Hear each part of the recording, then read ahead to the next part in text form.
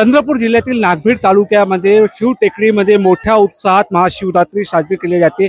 या भागामध्ये या टेकडीवरती आपण बघितलं गेल तर शिवशंकरची एक मोठी मूर्ती आहे आणि एक पुरातन मंदिर आहे।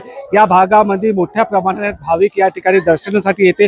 पौराणिक या ठिकाणी मंदिर असल्यामुळे हा डोंगरावरती हा मंदिर आहे आणि तिथंच एक शिवमूर्ती मोठी असल्याची दिसून येते।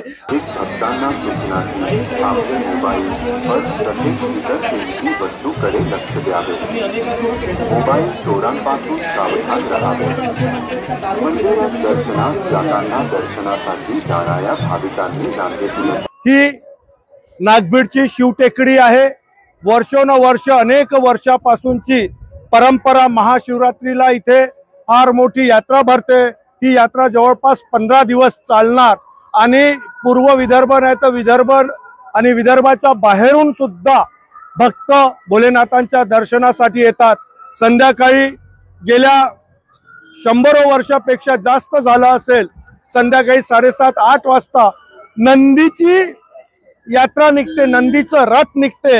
हे देशात कुठेच नसेल जे नागभीडला संध्याकाळी 7:30 वाजता नंदीचं रथ निघतो, गावातून निघतो आणि शिवटेकडीवर भोलेनाथाच्या चरणावर येऊन तो रथ यात्रा थांबते। ही अशी परंपरा लाभलेली ही नागभीडची महाशिवरात्री यात्रा आहे। पुनश्च आपल्या सर्वांच्या माध्यमातून महाशिवरात्रीच्या मी खूप खूप शुभेच्छा देतो। जय भोलेनाथ।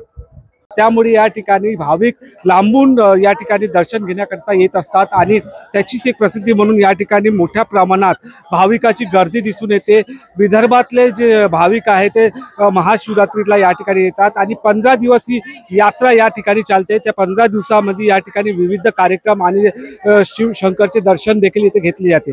निलेश दहाट, TV9 मराठी, नागभीड, चंद्रपूर।